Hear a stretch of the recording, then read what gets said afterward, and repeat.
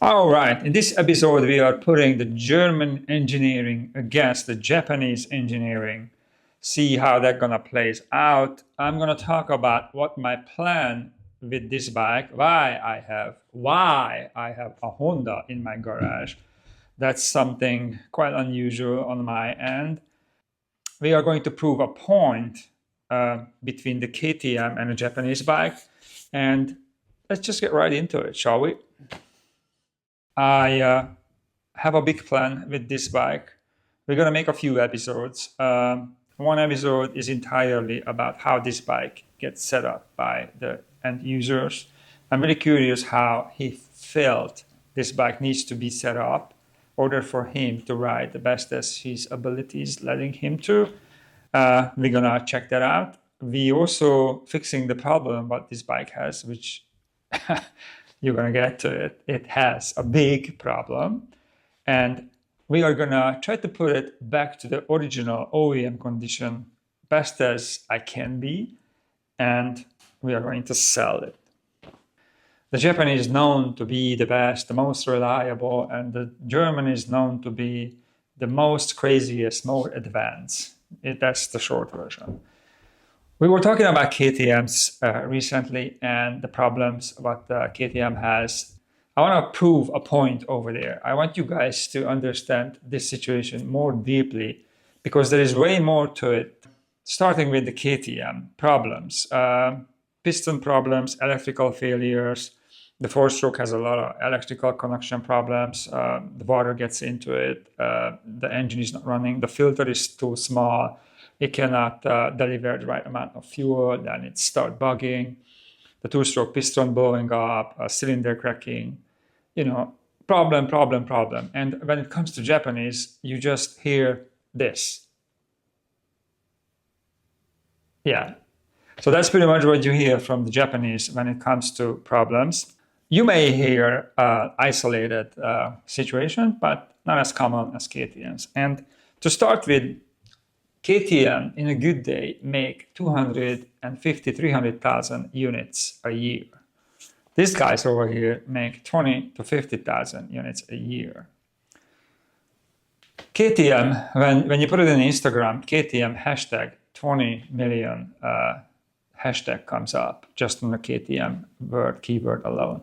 Over here, you're talking about 15,000 or 30,000 average hashtag comes up.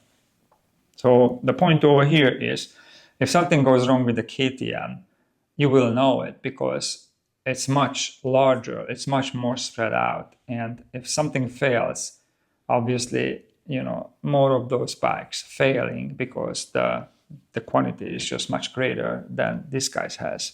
So if something goes wrong, you will notice it because of the large amount of unit what they made. And people are not keeping the amount quiet when it comes to KTM because they a different type of customer. They're not as brand loyal, I would say, as the Honda. If you have a Honda, you're not saying bad things about it. You just fix it and then you go with it because you're kind of proud of the choice that you made. You're owning a Honda and you don't want to say anything bad about it to others, generally speaking. The other thing is KTM goes for like 20, 30 hours and it has problem. This guy go for like 150 hours and you may have problems. Why is that? This bike over here, doesn't matter where I look at it, all I see is old school, proven stuff, not much change on it since who knows how long. This design, the brake pedal design, it's like 15 years old, no change there because it works.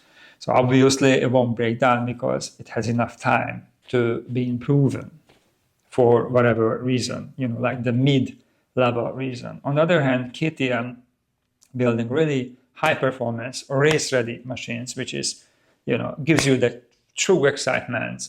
It's on point, top of its line, looks good. I'm not saying the Honda doesn't look good, but the KTM is very race looking, very on point bike, weighs much less. So all of that constant innovation screaming for problems, it's just not going to last as long as this one.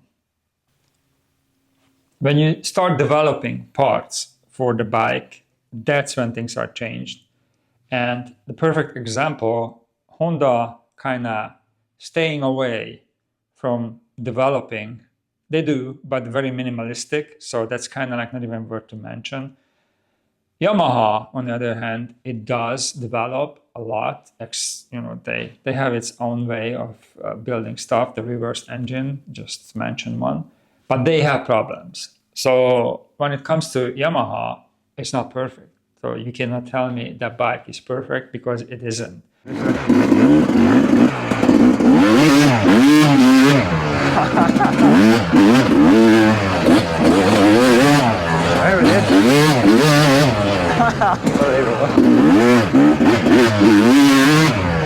This bike. When these guys developed bikes back in the days, 80s, 90s, early 2000s, when they developed the two-strokes, they had problems too. That was a year when they loved their bike, the racers loved the bike, what they made, and the next year they hated it. So they changed it back to the previous year because it was just that bad.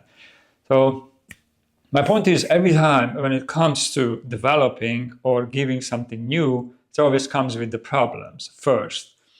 And I don't think the problem alone belongs to KTM. I think, generally speaking, all of these bikes, it doesn't matter which one you get, it can have a problem.